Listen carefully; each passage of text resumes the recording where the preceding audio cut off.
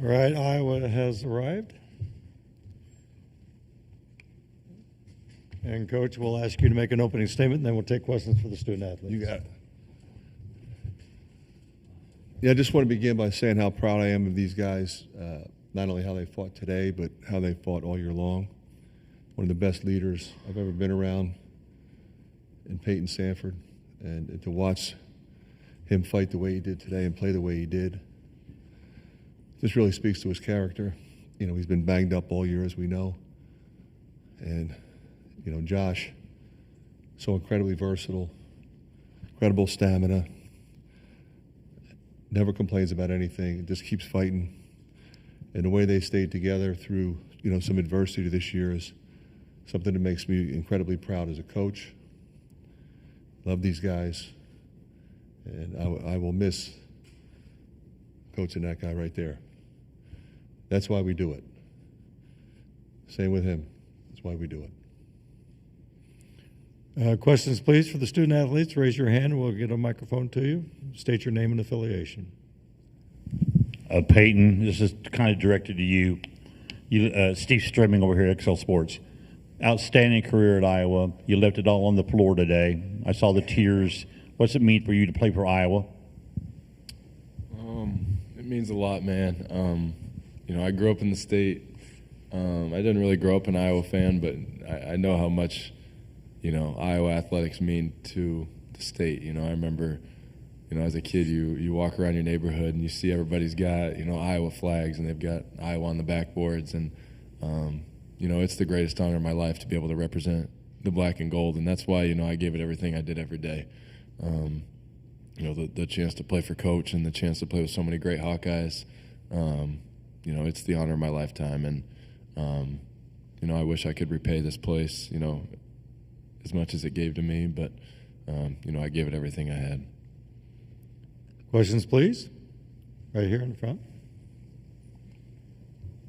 Scott Docterman with The Athletic. Payton, this is for you. What did it mean to be able to play these 2 years with your brother and the way your brother had grown as a player this year, in particular, the finale to get a double-double when, you know, to beat Nebraska? Yeah, you know, getting to play with, you know, him and, you know, it's one of the coolest things in the world. And, you know, they did the Big Ten Network journey on us, and, you know, just watching that, how they put that together, that was so cool. And then, you know, that only gives a fraction of what it was really like. You know, we got to, you know, we won a high school state championship together, and we thought that might be it. And then, you know, he blew up, and, you know, I'm trying to tell him to come to Iowa. And, you know, when he finally committed, you know, Coach and a bunch of other people were trying to hide it from me because, you know, they knew I'd be too excited to practice that day. And I found out, I broke everybody down, and, you know, he finally told me. But, you know, getting the chance to watch him grow, you know, from just a skinny kid when he got here who, you know, just wanted to play with his brother and, you know, play for the Hawkeyes and turn it into a really, really good Big Ten player. I think it's, you know, one of the coolest things you can see as a big brother. And, you know, everybody in the room who has a brother knows that, you know, knows how special it is to watch them grow up. And, you know, I hope he's twice the player that I am. And, you know, I'm so proud of that kid. I'm so happy for my family. And, you know, just knowing that we got the chance to do that is, you know, something we're going to remember forever. And I'm sure we'll tell our kids someday about, you know, who was the better player and all the fun things we did together. But, you know, that is for another day. Right here. Hi, Stephen Cohn, SB Nation. Brad Underwood was saying, this is for both of you, that the two of you scared him today and that he thought the two of you could have beat Illinois by yourselves. Did he know that and hear that? Like, what's that mean to you guys? And to know that you guys have this kind of respect from other teams. Josh? Yeah, you know, it means a lot, but, you know, we couldn't do it without everyone else on the team. You know, Lodgy and Evan, you know, they freed us up for good looks all game. And, you know, Brock, Drew, Price, you know, they gave us the ball on time, and it allowed us to just score the ball easy. Yeah, man, top to bottom on this roster, you know, we've got so many guys who have improved so much over this year, and I'm so proud of everybody. You know, Brock hits a big shot last night. Drew's been great. You know, but I want to give Josh his flowers, man. He's fought through a lot this year, and, you know, this dude's going to be in the NBA someday. And, you know, watching him play and watching him grow, you know, since he got here, you know, I feel like he's one of my, you know, my lifelong brothers now. And, It's been special getting to play with him every day. I'm so proud of him. Jack, right here. Jack Ebling, drive with Jack, and press pass. This is for Josh and Payton. 54-9 from the field, 45-8 from deep, but all you could have asked for.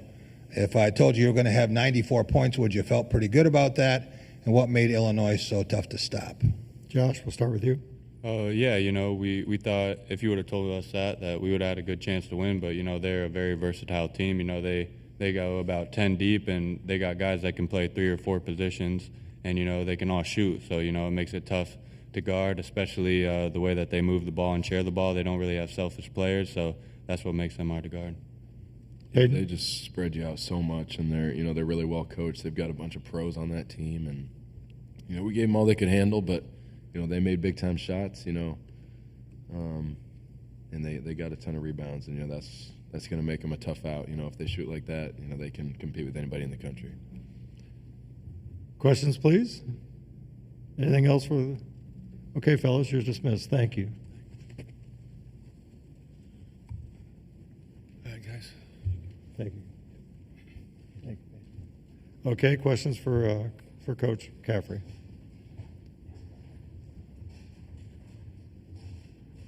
Raise your hands right here in the front.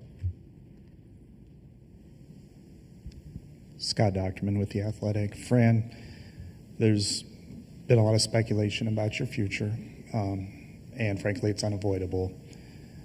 I just wanted to ask, where do you expect to be the coach of Iowa for next year and beyond?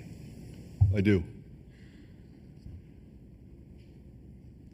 Question. Mike Loss, Gazette, Cedar Rapids. What did you do to get that first technical foul?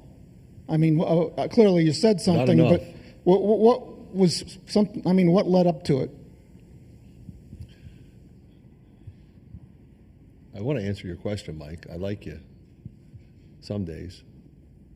I think I might have pointed out the foul discrepancy. Yeah, I think I said it was 5-1. Questions, please, for Coach. I didn't think that was that egregious. Coach, not commenting on the circumstances beyond the technical, but just the fact of your absence. You mentioned the emotion involved with Payton. Was there any wistfulness that you weren't able to be there when he was off the court and see the?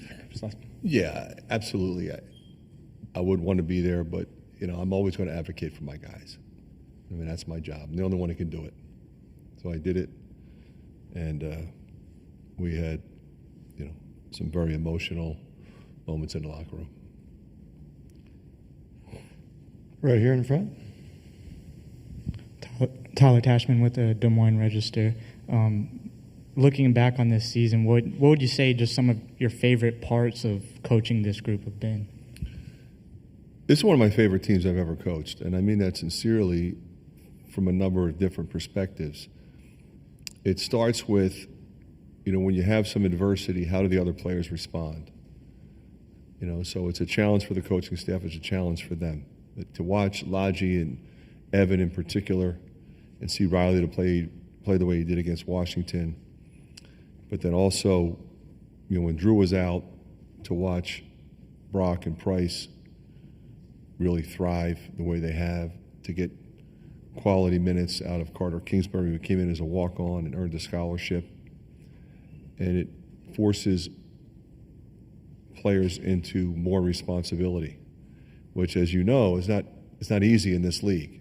And we just played one of the most impressive teams that I've watched on film all year long. I mean, Brad does a great job every year, but I love this team that he has and how it came together. They had some issues with sickness in that one stretch, but they're coming together now with the pieces that can make a run.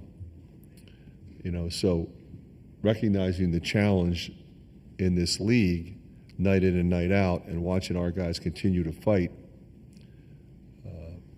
despite quite a few setbacks. Going back earlier in the season when Payton and Josh were injured, and of course Payton's been banged up all year, so he just kept taping it up and playing, and one of the toughest dudes I've ever been around. So very proud of the leadership, very proud of the fight, very proud of the professionalism and focus of this group. And it was awesome coming to work every day with these guys. Right here. You've made a couple of references this week to the crown. Is this a viable option? Can this happen? Oh, yeah. Yeah, it's going to happen. Jack? Jack Ebling, Drive with Jack, and Press Pass. Fran, it might be a little early for this, but following up on what Scott said, in terms of next season, what has to happen for Iowa basketball to do what you and the family want it to do, to make a deeper run here and in the NCAA tournament? Well, you know, we could go on a long time answering that question. It's a different era. Used to be, okay, we graduated these three guys, here's my recruiting class. Kind of look at it and say, you know, maybe we want to sign a guy late. But we kind of know what our roster is going to look like today for next year. But it's not like that anymore. So, you know, we've got quite a few seniors. So we have top 20 recruiting class. So we feel like those guys can come in and contribute right away. You know, 4 new guys there. You know, our sophomore class is really good. So I really like that group. You know, can we add another player or 2, 3? Who knows? We are in a different world, as you know, and that's why you asked me the question. We have guys that might be offered 7-figure deals, which will challenge their thought process.